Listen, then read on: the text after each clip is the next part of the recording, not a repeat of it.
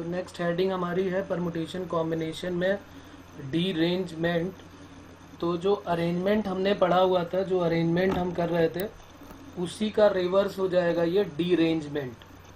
Arrangement में हम क्या करते थे कि जैसे अगर हमारे पास कोई पोजीशन है तो वो कह देता था कि भाई 1 2 3 4 5 है, तो 1 को भी पोजीशन में 1 पे ही रखना है, 2 को 2 के पास रखना है। जैसे मैं यहाँ पर एक एग्जांपल देता हूँ तो आपको डीरेंजमेंट का मीनिंग समझ में आएगा कि डीरेंजमेंट का मीनिंग क्या है। सपोज कर लेते हैं यहाँ पर हमारे पास पोजीशन बना देते हैं, ये कुछ इस टाइप से पोजीशन है हमारे पास 1 2 3 4 5, ये 1 है, ये 2 है, ये 3, ये 4, ये 5। तो इनकी पोजीशन को चेंज कर देना है। जहाँ पर 1 है वहाँ 1 नहीं आना चाहिए, जहाँ पर 2 है वहाँ 2 नहीं आना चाहिए, जहाँ पर 3 है वहाँ 3 नहीं आना चाहिए। जैसे 1 की जगह पे 2 रख दिया, 2 की जगह पे 3 रख दिया, 3 की जगह पे 1 रख दिया, 4 की जगह पे 5 रख दिया, 5 की जगह पे 4 रख दिया। तो ये जो है इसी को हम बोल देते हैं कि ये क्या है, डीरेंजमेंट। मतलब अपनी एक्चुअल पोजीशन पे वो नहीं जाना चाहिए, बस इसी का मतलब है डीरेंजमेंट। और फिर इसके क्वेश्चन भी लिखते हैं और कर लेंगे भी आगे के। पहले इसके बारे में थोड़ा सा लिख लेते हैं, डेफिनेशन क्या है, और फिर आगे का काम करते हैं। लिख लेते हैं derangement, any change in the order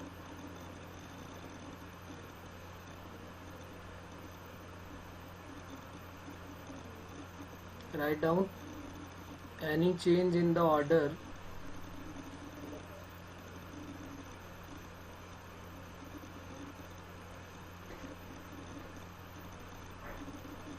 any change in the order of things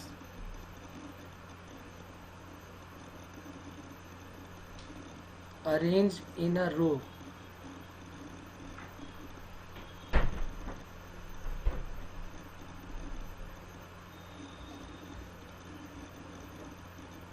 arranged in a row is called derangement।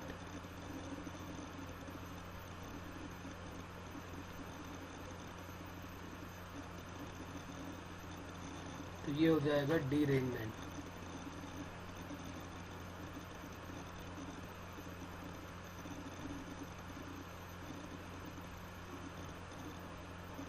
अब बात करते हैं कि अगर हमारे पास एन डिस्टिंक्ट या डिफरेंट ऑब्जेक्ट है तो उनके लिए क्या बात करें। तो लिख लेते हैं derangement of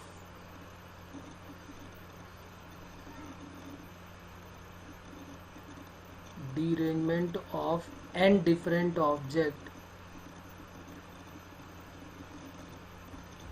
derangement of n different object occupying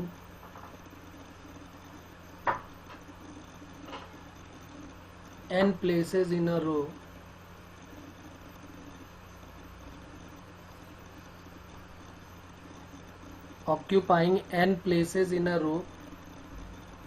is the number of way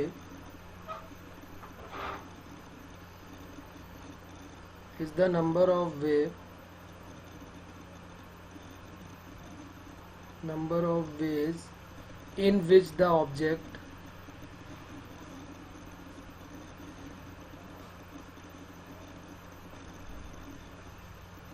in the row can be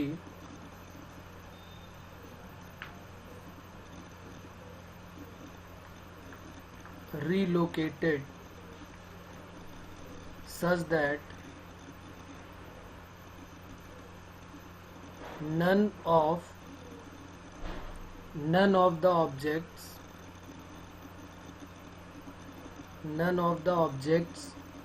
occupies its original position।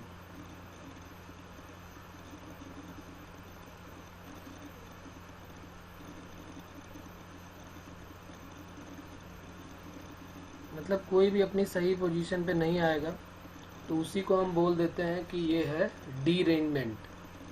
N के लिए एक फार्मूला भी डिराइव किया गया, वो भी लिख लेते हैं, लेकिन पहले हम समझेंगे कि उसको जनरलाइज कर लेंगे बाद में। एक दो के लिए तो हम निकाल ही सकते हैं, ऐसा कुछ नहीं है। अब बहुत सारे होंगे तब फिर प्रॉब्लम होगी। एक्चुअली में इसके जो केसेस हैं वो लेटर्स के फॉर्म में पूछे जाते हैं कि एन लेटर है और कुछ n इन्वलप हैं, उनमें इनको अरेंज करना है, तो उसी से रिलेटेड है, लिख लेते हैं।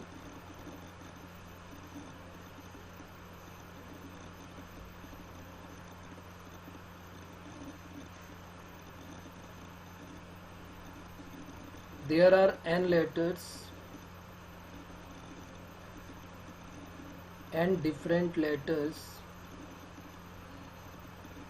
मतलब डिफरेंट लेटर का मतलब अलग अलग आदमी के लिए है ये सारे letters, and n corresponding envelope,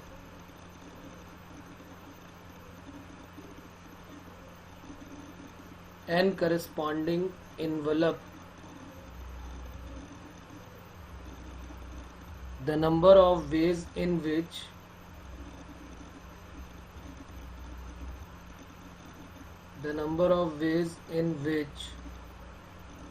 letter can be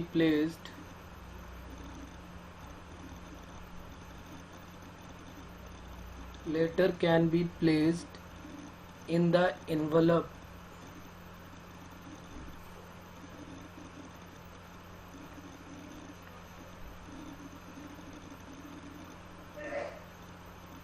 one letter in each envelope. ये कंडीशन है कि एक इन्वलप में एक ही लेटर होना चाहिए। One letter in each envelope,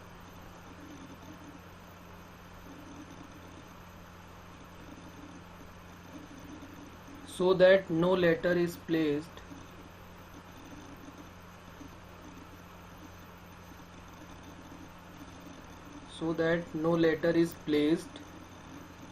in correct envelope,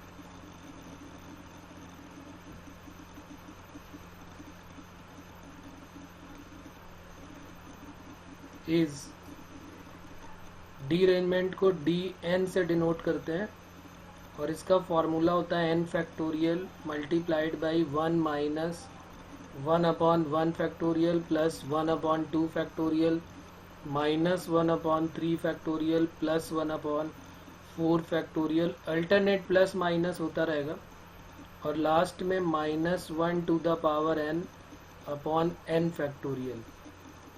ये हमारा फॉर्मूला हो जाएगा नंबर ऑफ डीअरेंजमेंट के लिए।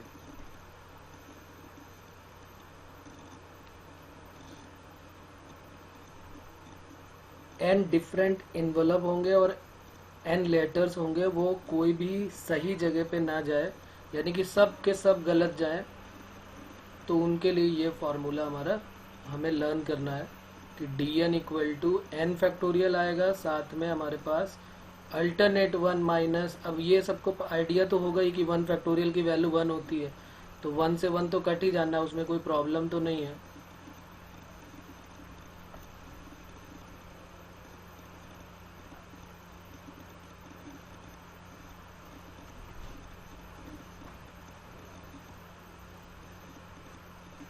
तो इसलिए हमने क्या करते हैं, इसको अरेंज करने के लिए हम डायरेक्ट लिख देते हैं। वैसे ये दोनों पहले दोनों टर्म तो कटने ही कटने हैं, 1 माइनस 1 फैक्टोरियल, तो ये तो कटेगा ही क्योंकि फॉर्मूला हमारा 2 फैक्टोरियल से ही आएगा।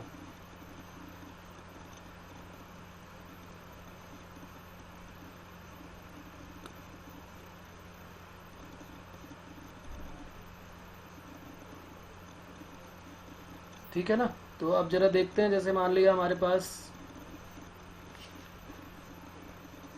2 लेटर हैं और 2 इन्वलप है, एक के लिए तो 0 ही होने वाला है, क्योंकि एक के लिए जैसे मैं d1 की वैल्यू निकालूंगा तो d1 की वैल्यू तो 0 ही आएगी। ये तो पक्की बात है, बनी बात है कि अगर हम d1 के लिए निकालेंगे तो n की वैल्यू अगर हम 1 पुट करेंगे तो एक लेटर के लिए क्या होगा, एक लेटर के लिए तो ये 1 फैक्टोरियल हो गया, और n की जगह जब यहाँ पर n की जगह पे 1 रखोगे तो 1 माइनस 1/1 फैक्टोरियल, तो ये वैल्यू क्या हो जाएगी 0। यानी कि d1 की वैल्यू जब भी कभी हमें ज़रूरत पड़ेगी तो वो तो 0 होनी है। एक लेटर कहाँ गलत जगह पे जाएगा, वो तो सही पे ही जाएगा ना। अगर हम 2 लेटर की बात करें कि भाई 2 लेटर है, तो 2 लेटर के क्या केसेस हो सकते हैं, 2 लेटर है और 2 इन्वलप है, तो d2 की बात करोगे तो क्या बन जाएगा 2 factorial 1 minus 1/1 factorial plus 1/2 factorial, तो ये दोनों तो कट हो जाएंगे, तो ये वैल्यू क्या आ गई 1। और अगर तुम देखोगे, अगर तुम सॉल्व भी करना चाहो, जैसे अगर इसको हम रफली अगर हम देखना चाहें कि भाई 2 लेटर हैं L1 और L2, और 2 इन्वेलप हैं E1 और E2। इनके कितने केसेस हो सकते हैं जब वो रॉन्ग में चले जाएं?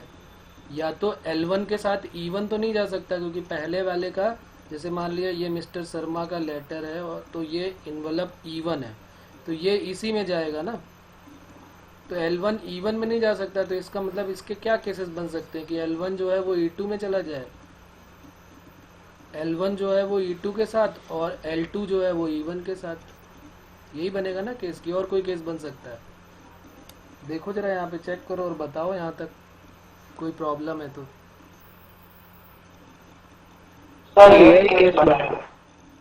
तो इसी तरीके से अगर मैं कहूँ कि भाई अगर 4 का निकालो, 5 का निकालो, तो कोई प्रॉब्लम नहीं है।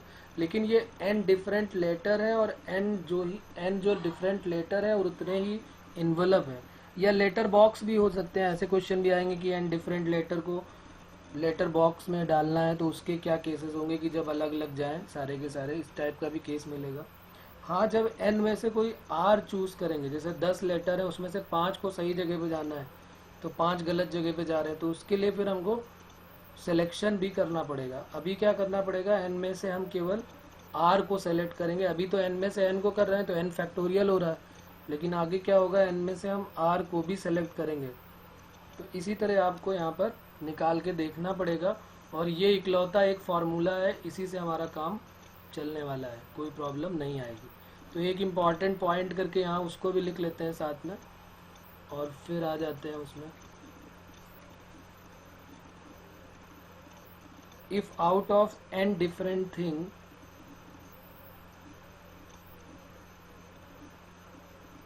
if out of n different things r thing go to wrong place,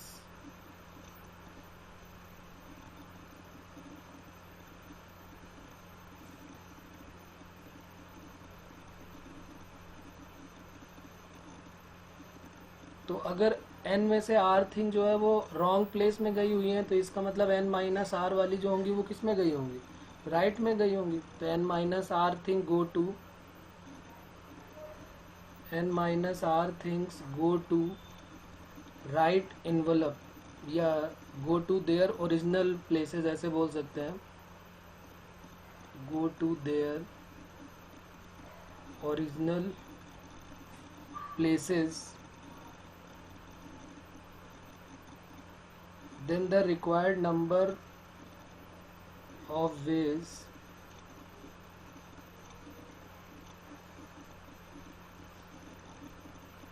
equal to क्या हो जाएगा, n में से n माइनस आर को, और साथ में जो dn था वो dr बन जाएगा।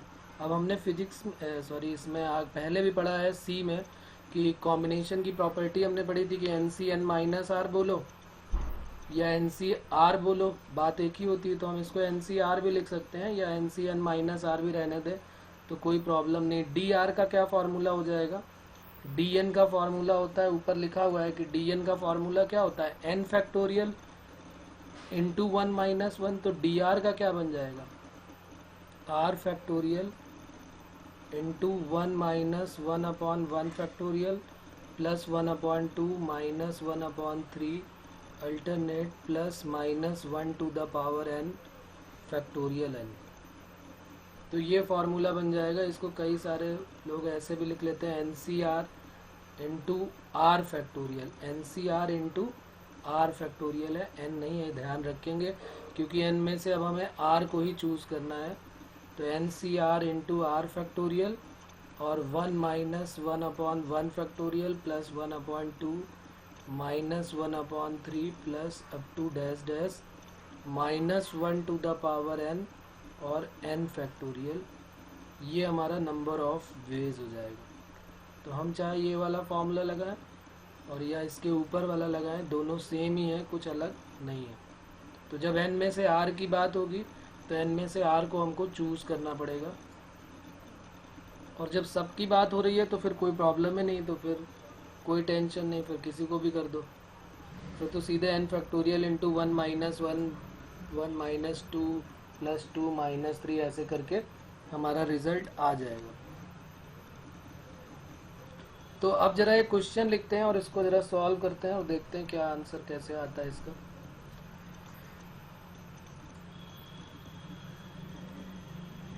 क्वेश्चन है हमारा, in how many ways can put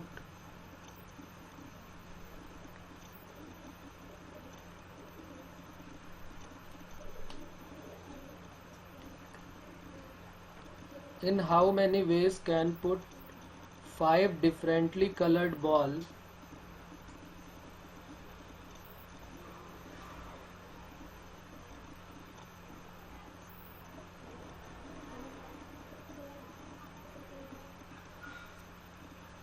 in how many ways can put 5 differently colored ball into 5 different boxes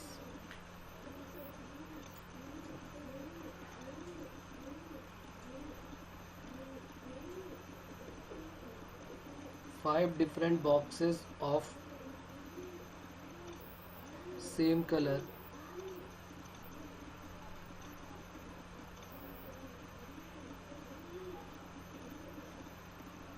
that of the ball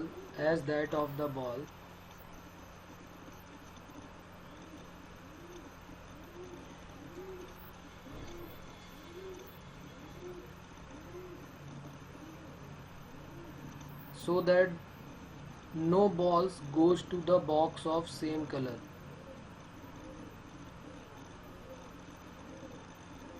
So that no balls goes to the box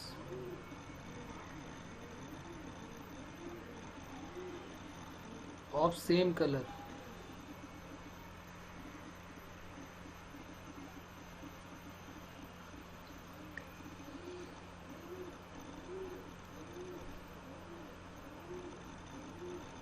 कह रहा 5 differently coloured ball हैं और 5 different boxes हैं जो उसी colour के हैं। Same colour वाला सेम में नहीं जाना चाहिए, मतलब कि क्वेश्चन डी अरेंजमेंट का हो गया। एन की वैल्यू सभी बॉल्स के लिए बोल रहा है तो एन की वैल्यू 5 हो गई। 5 वैल्यू जो है वो अपने इसी फॉर्मूले में पुट कर देंगे, आ जाएगा रिजल्ट हमारा 44। बिल्कुल सही है। तो एन की वैल्यू हमारी, हम ऐसे डायरेक्ट भी चाहें तो निकाल सकते हैं, लेकिन 3, 4, 5 के लिए तो ईजिली, लेकिन 5 से बड़ा होगा, 6 होगा, 7 होगा तो काफ़ी बड़े बड़े, वैसे 44 केसेस भी निकालना कोई छोटा काम नहीं है, लेकिन हम 2, 3 के लिए निकाल सकते हैं। 2 के लिए निकाल लो, 3 के लिए निकाल लो, 4 के लिए भी निकालोगे तो थोड़ा कम आएगा, लेकिन 5, 6 के लिए काफ़ी बड़े आने वाले हैं, तो डायरेक्ट भी हम निकाल सकते हैं, लेकिन बहुत छोटे केसेस के लिए। तो एन की वैल्यू हमारी आ गई 5, तो नंबर ऑफ डी अरेंजमेंट क्या हो जाएगा, D5 equal to 5 factorial 1 minus 1/1 factorial plus 1/2 minus 1/3 plus 1/4 factorial minus 1/5 तक ही तो जाएंगे, एन की वैल्यू 5 है। तो अब ये दोनों तो ऑटोमेटिक कट होते हैं, पक्की बात है ये, और 5 फैक्टोरियल का अंदर मल्टीप्लाई कर दो तो 120 थी, इसकी वैल्यू क्या होती है 120, तो 120 के अपॉन में क्या आएगा 2, तो ये हो गया 60 माइनस 120 के अपॉन में 6, ये 3 फैक्टोरियल कितना हो जाएगा, तो कितना आ जाएगा ये 20, हाँ प्लस यहाँ 5 हो जाएगा, क्योंकि 5 फैक्टोरियल 5 इंटू 4 हो जाएगा, तो प्लस 5 माइनस 1, तो बस इसी को सॉल्व कर लेंगे तो आंसर आ जाएगा 44। देख लो,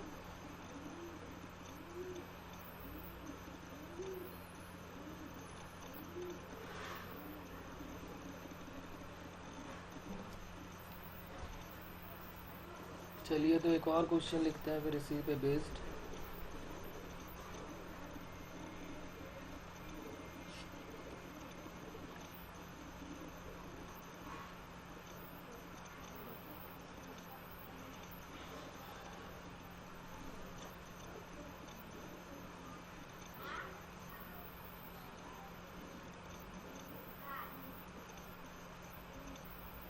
N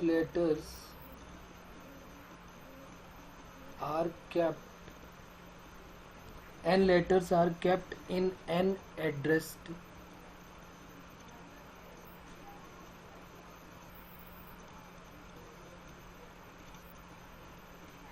an addressed envelope,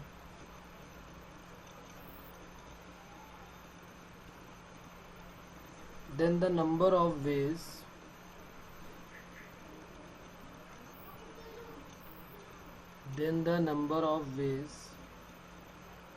that exactly one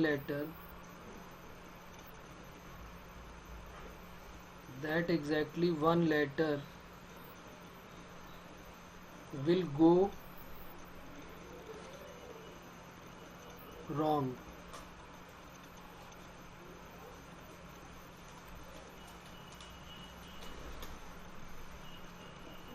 is what, ये बताना है।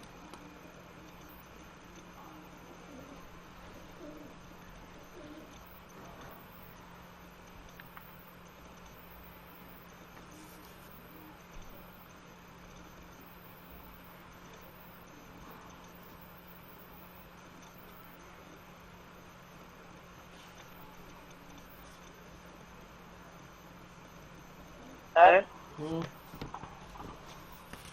सर ये तो पॉसिबल ही नहीं होगा ना। आंसर 0। पॉसिबल क्यों नहीं है, 0 होगा ना कि नहीं? हाँ ये सर मतलब सर क्योंकि एक रॉन्ग हो ही नहीं सकता। हाँ अगर एन और एन बिल्कुल सही है। एक रॉन्ग कैसे जा सकता है भाई? 4 लेटर है हमारे पास, 4 में से 3 अगर सही जगह पे चले गए तो एक लेटर रॉन्ग में नहीं जा सकता। एक को नहीं, कम से कम 2 को होना पड़ेगा ना। अगर 4 लेटर हैं, 3 सही जगह पे चले गए तो फिर एक भी सही में ही जाएगा। तो इसलिए आंसर हमारा क्या हो जाएगा इसका? 0। या हम लिख सकते हैं कि पॉसिबिलिटी नहीं है इसकी। एक और लिखते हैं चलो। तो एक के लिए ध्यान रखना कि एक के लिए कभी भी कोई भी फंसा सकता है तुम्हें, तो इसलिए परेशान होने की ज़रूरत नहीं, सीधे सीधे 0 होगा वो। The number of veg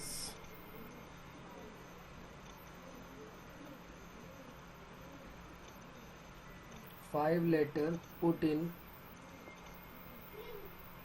the number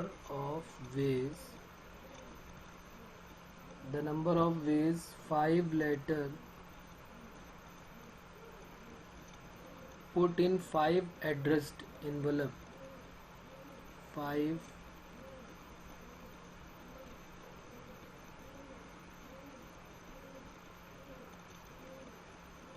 so that one letter in right envelope। अब देखो घुमा दिया, so that one letter, अभी एक रॉन्ग में जाना था लेकिन अब one letter in right envelope,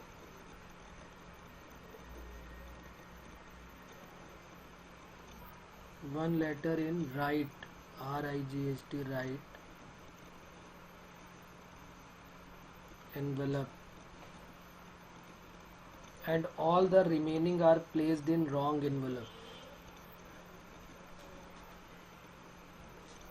and all the remaining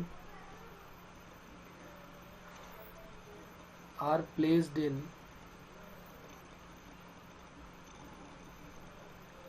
wrong envelope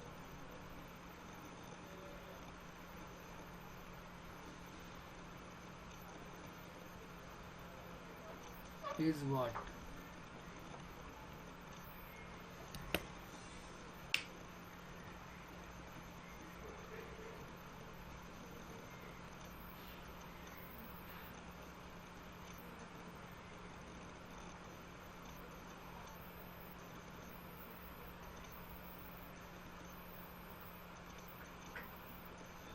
कह रहा 5 एड्रेसेड इन्वेलप हैं, इनमें से एक जो है वो सही पे जाना चाहिए।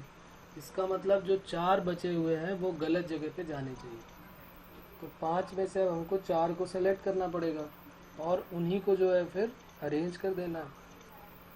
तो वही हमारा जो फॉर्मूला था अभी पीछे वाला कि एन में से आर जो है वो r thing go to wrong places, तो n minus r thing go to original places. तो वही चीज़ यहाँ पर है कि जो सही जगह पे जा रहे हैं वो N C N minus R बोलो या एन सी आर बोलो, बात एक ही है। तो आर की वैल्यू अब हमारी क्या हो जाएगी? 4, क्योंकि 4 जो है वो रॉन्ग प्लेसेस पे जा रहे हैं। तो यही फार्मूला अप्लाई कर दो यहाँ पे। फार्मूला क्या यूज़ हो जाएगा? Number of ways equal to N C R into R factorial 1 minus 1/1 plus 1/2 minus 1/3 plus 1/4 plus 1/n factorial हो जाएगा -1 to the power n upon n factorial. तो अब यहाँ r की वैल्यू तुम्हें 4 पुट करनी है और n की वैल्यू जो है वो 5 है। सर 45 तो 45 करेक्ट आंसर आ जाएगा, बिल्कुल सही है। 5c4 into 4 factorial 1 minus 1/1 factorial plus 1/2 minus 1/3 plus 1/4। तो 5c4 यानी 5c1 सेम और 4 फैक्टोरियल को अंदर भेज दिया, तो 4 फैक्टोरियल 24 2/12 हो गया ये। और ये कितना हो जाएगा, -4 बचेगा यहाँ पे क्योंकि 3 फैक्टोरियल और +1, तो 5 into 9।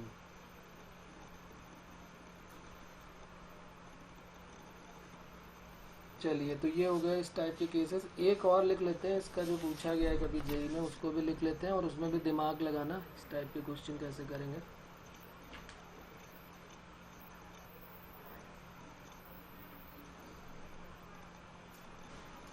A person write letter to 6 friends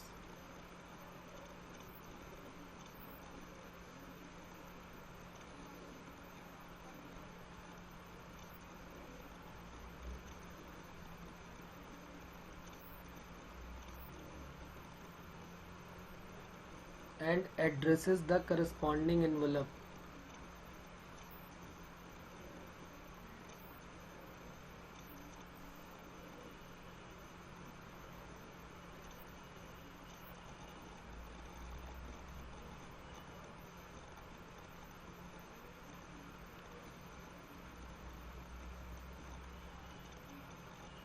In how many ways can the letter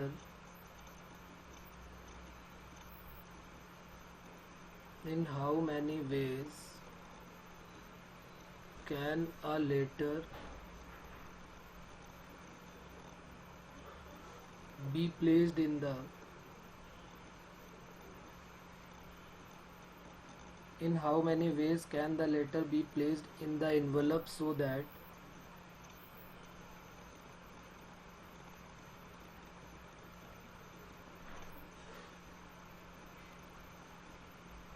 number 1 case है at least 2 of them are in wrong envelope, at least 2 of them are in the wrong envelope.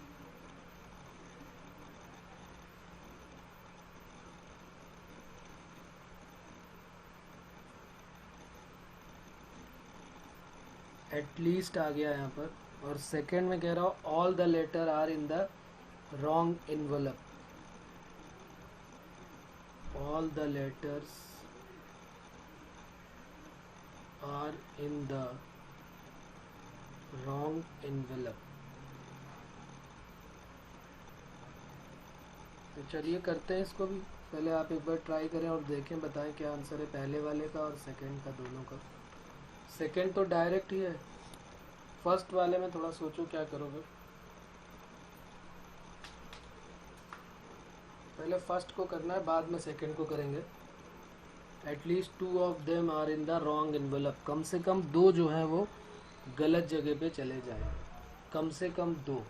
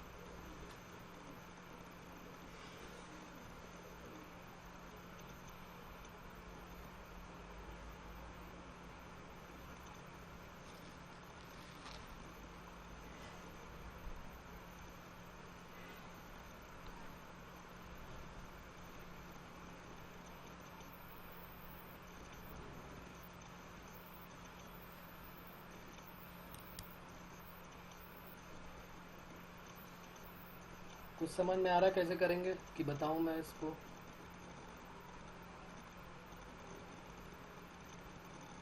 Sir second वाले का 265। बिल्कुल सही है, second का आएगा 265, सही है। फर्स्ट में क्या करना चाहिए हमें?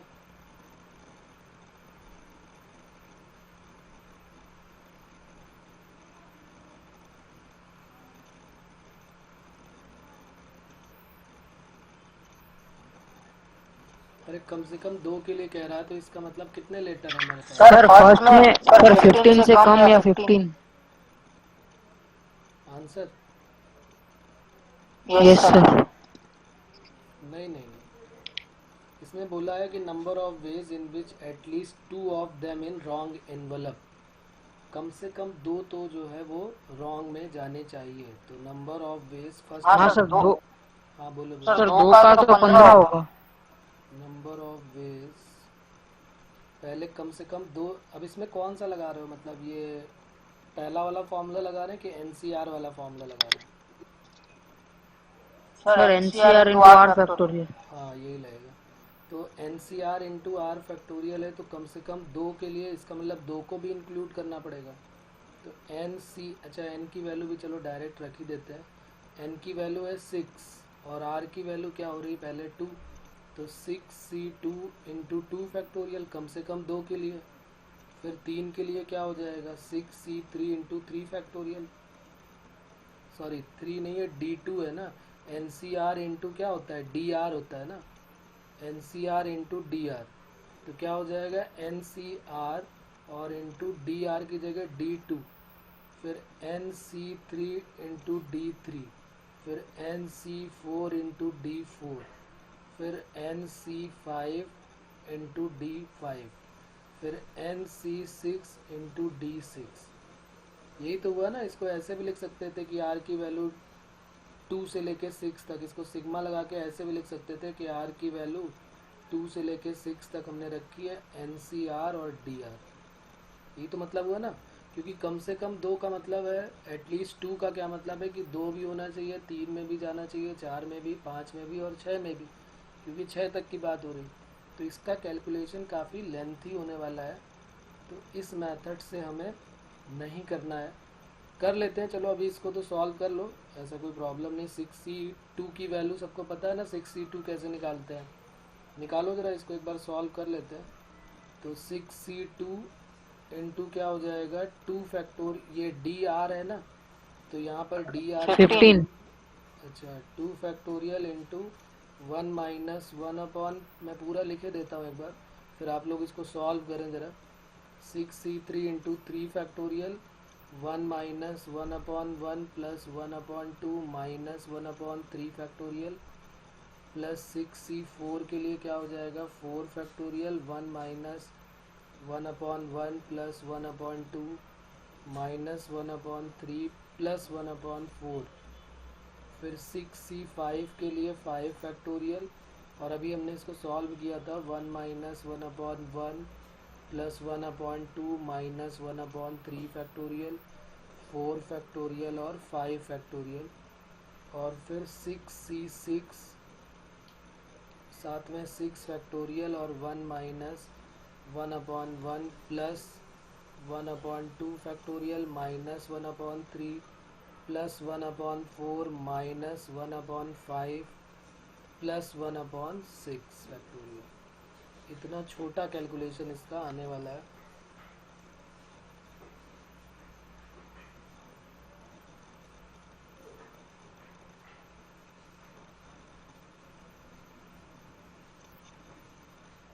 अब 6c7 तो जा ही नहीं सकते क्योंकि 6 तक ही हमको जाना है, और वैसे भी n की वैल्यू r से बड़ी नहीं हो सकती। तो फर्स्ट वाले का बताया 15 आ रहा है, सेकेंड का 3 फैक्टोरियल कट हो जाएगा ये, और ये 40 हो गया, सही बात है। Plus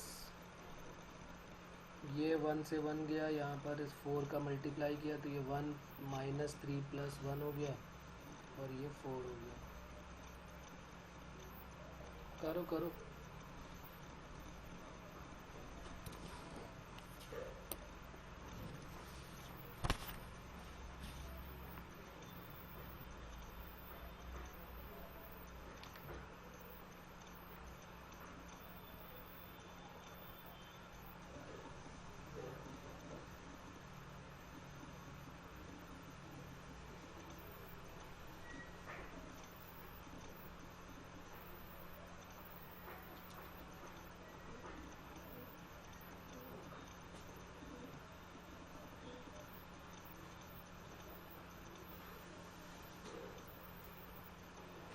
454 total.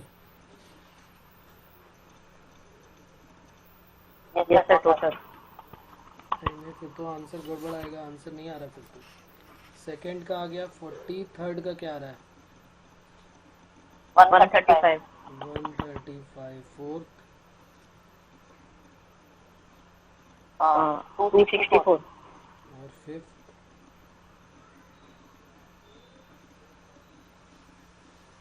सर इतने सर लास्ट वाला छूट गया। ओके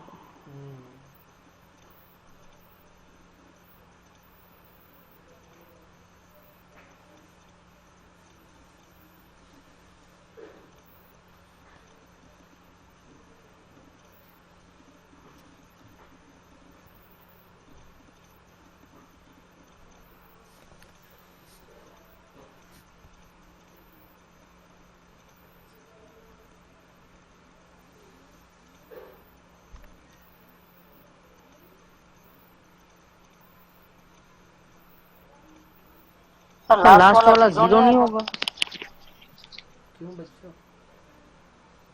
सर, क्योंकि 6 है सर, तो नीचे एक बार मतलब 0 आ गया। नहीं, फैक्टोरियल 0 आया ना, उसकी वैल्यू 1 होती है। अच्छा ओके सर।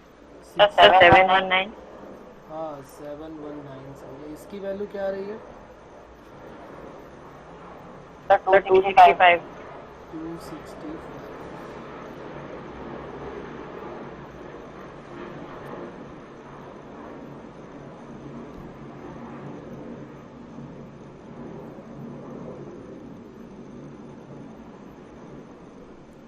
चलो ये मेथड तो एक हो गया जो हमने डायरेक्ट निकाला है, लेकिन एक और मेथड हो सकता है। बार बार मैंने यही बताया हुआ है कि जब भी कभी वर्ड एटलीस्ट आ जाए तो ये जो है सेकंड मेथड जो है वो इम्पॉर्टेंट मेथड हो जाएगा हमारे लिए, और यही हमें करना चाहिए। फर्स्ट वाले का यूज़ नहीं करना चाहिए क्योंकि फर्स्ट वाला काफ़ी लेंदी मेथड हो जाता है। सेकंड वाले के बारे में सोचो कि जब भी कभी एटलीस्ट आता है तो मैंने हमेशा क्या बताता हूँ कि एटलीस्ट वर्ड आ जाए तो हमें क्या करना चाहिए। Bijection rule. हाँ, at least plus none equal to total, ऐसा कुछ बताया गया है कभी? उसका यूज़ करो तो हमेशा फ़ायदे में रहोगे और जल्दी आंसर, जैसे इसको निकालने में इतना टाइम लगा है उसमें इतना टाइम नहीं लगने वाला। तो यूज़ करो bijection rule, at least plus none equal to total. At least plus none और इक्वल टू क्या हो गया? टोटल। अच्छा ये बताओ, एटलीस्ट कह रहा है कि 2 होना चाहिए, 3 होना चाहिए, 4, 5 और 6 तक होना चाहिए। नन में कौन कौन सा आएगा? 0 और 1। भाई 2 से लेके 6 तक तो यही हो गए, और 0 और 1 ये आएंगे, और टोटल तो यहाँ पर लिखा हुआ है। तो टोटल नंबर ऑफ वेज कौन बताएगा? 6 लेटर है और 6 इन्वेलप हैं, तो टोटल नंबर ऑफ वेज क्या हो जाएंगे? टोटल नंबर ऑफ वेज क्या हो जाएंगे? 6 लेटर को 6 इन्वेलप में प्लेस करने के टोटल नंबर ऑफ वेज क्या होंगे? बताओ, अब ये भी सोचना पड़ेगा। हाँ? नहीं अरे भाई ये तो नहीं सर। हाँ ये तो शुरू से तुमने सीखा है भाई, ये तो परमुटेशन जब से स्टार्ट हुआ है तब से तुमने सीखा हुआ है कि 6 लेटर है। अब यहाँ लेटर और बॉक्स की बात आ गई तो परेशान होने की ज़रूरत नहीं है। जो पहला वाला लेटर है वो यहाँ भी आ सकता है, यहाँ भी आ सकता है, 6 जगह पे आ सकता है। दूसरा वाला लेटर 5 जगह पे आ सकता है। तो ये नहीं पढ़ा क्या हमने कि 6 लेटर है तो 6 फैक्टोरियल हो जाएगा। ठीक है, तो ये 720 हो गया। अच्छा, अगर एक जो है वो रॉन्ग पोजीशन, रॉन्ग इन्वेलप में जाए, ऐसे लिख लेते हैं, for going in wrong envelope, for letter going in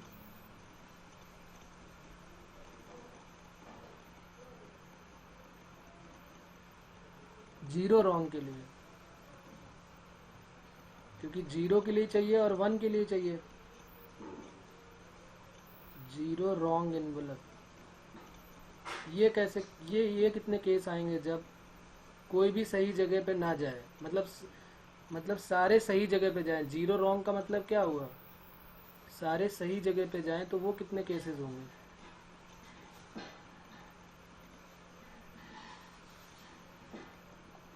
sir 1। अरे भाई वो तो 1 ही होगा, इसमें इतना सोचने की ज़रूरत ही नहीं है। सबको अपना सही वाला मिल गया लेटर, मुझे मेरा मिल गया, तुम्हें तुम्हारा मिल गया, सबको अपना अपना सही लेटर मिल गया। 0 रॉन्ग का मतलब यही हुआ। अच्छा, एक रॉन्ग के लिए क्या होगा? अभी हमने थोड़ी देर पहले क्वेश्चन भी किया था कि अगर एक रॉन्ग पोजीशन पे जाता है तो उसकी वैल्यू क्या सर वो होगी? 10 ही हो जाएगा, इसलिए काउंट नहीं करेंगे। हाँ, तो वो 0 हो जाएगा, उसका कोई वो नहीं है ना, क्योंकि एक रॉन्ग पे तो जा ही नहीं सकता है। तो अब जरा देखो, यहाँ पर एटलीस्ट की वैल्यू हमें निकालनी थी और नन की वैल्यू हमने निकाल दिया। 0 और 1 का केस टोटल मिला के कितना आ रहा है? ये 0 और 1 का केस टोटल मिला के 1 प्लस 0 1 आ रहा है। सर 0 रॉन्ग 1 कैसे होगा? अगर मैं तुम्हें कहूँ कि तुम्हारे पास 10 लेटर हैं और उन 10 लेटर को 10 आदमियों में जाके देना है और सबको सही सही लेटर मिलना चाहिए, तो उसके कितने नंबर ऑफ वेज होंगे कि सबको सही सही मिल जाए, कोई गलत ही ना हो? तो उसका एक ही तरीका है कि आप जाइए, शर्मा जी का शर्मा जी को दे दीजिए, श्रीवास्तव जी का श्रीवास्तव जी को दे दीजिए, किसी का किसी को दे दीजिए जाके, मतलब सेम आदमी का दे दीजिए, महेश्वरी का महेश्वरी जी को दे यस दीजिए सर। जाके। है कि नहीं? सही है यस ना? सर। तो अब ये देखो 720 हो गया हमारे पास, तो हमें निकालना है एटलीस्ट। तो एटलीस्ट हो गया, टोटल में से क्या माइनस कर देंगे? नन। टोटल हमारे पास कितने थे?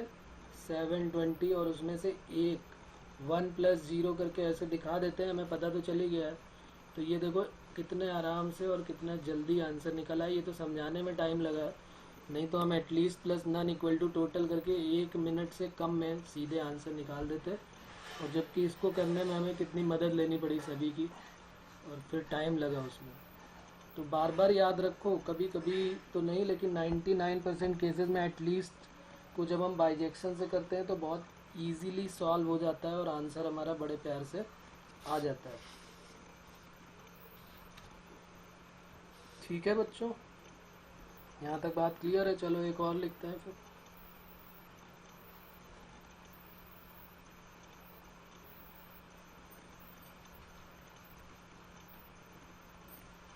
There are 4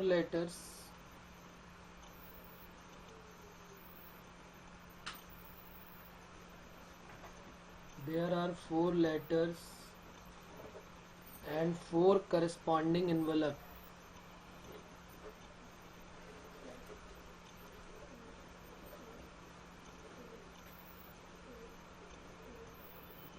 Find the number of ways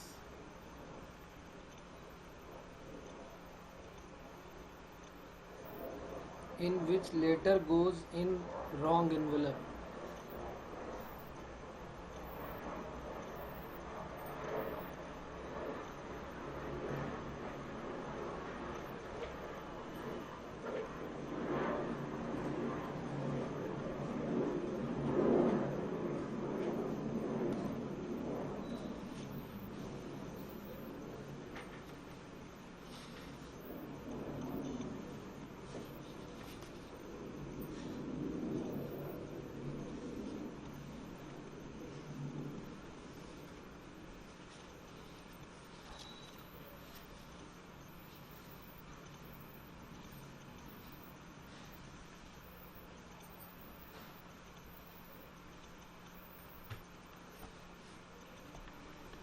sir उसके पहले वाले क्वेश्चन में जो सेकंड पार्ट था सर, वो तो फॉर्मूला में डायरेक्ट करना है ना? अच्छा, वो किया ही नहीं है? ओके, हाँ वो तो डायरेक्ट है, कर सकते हैं। लिख लेता हूँ यहाँ पर, चलो।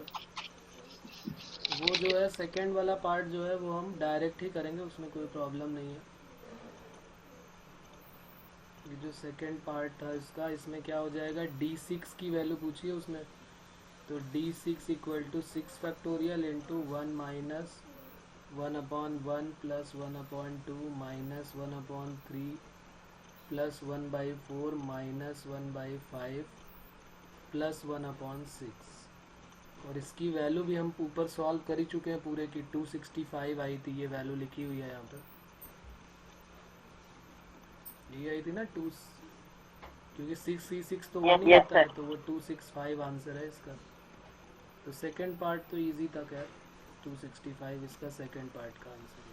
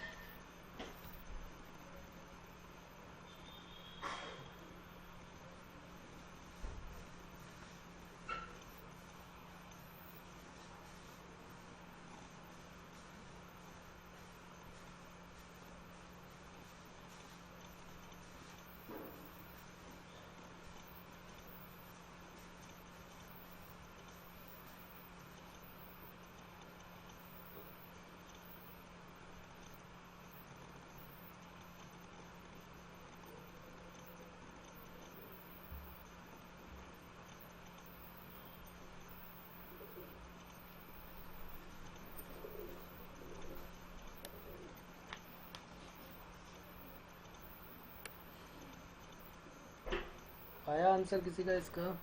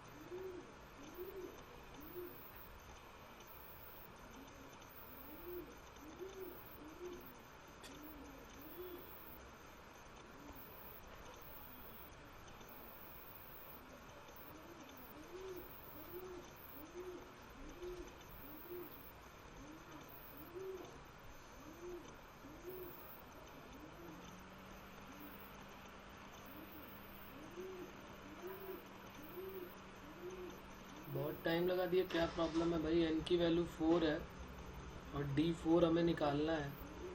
4 factorial into 1 minus 1/1 factorial plus 1/2 minus 1/3 plus 1/4 factorial.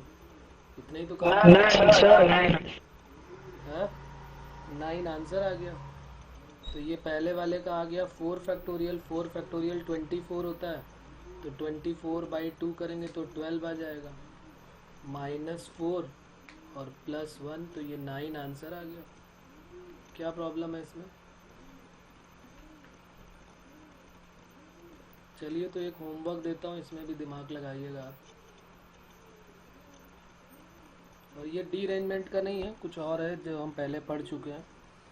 सोचना इसके बारे में फिर बताना। There are 20%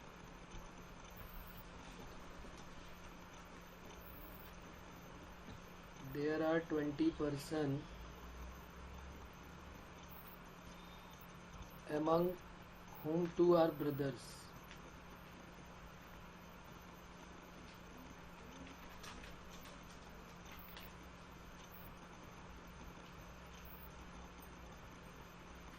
The number of ways in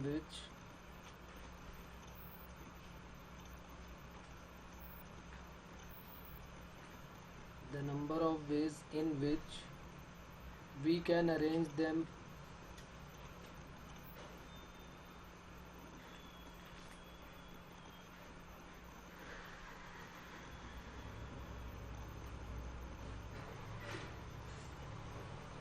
round table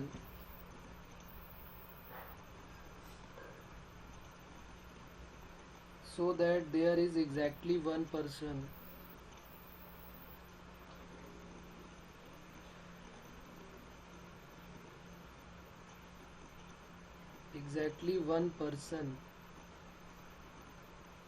between the two brothers.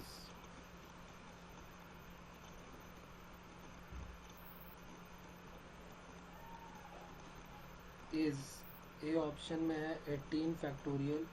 आप अभी भी इसका जवाब दे सकते हैं, कोई बहुत बड़ा कैलकुलेशन नहीं है, सब कुछ फैक्टोरियल के टर्म में ही है आंसर में, तो आप ऐसे भी दे सकते हैं।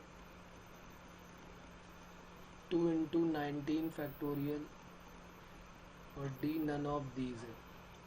सर्कुलर टेबल का केस है, सर्कुलर परमुटेशन हम लोग पढ़ चुके हैं पहले ही।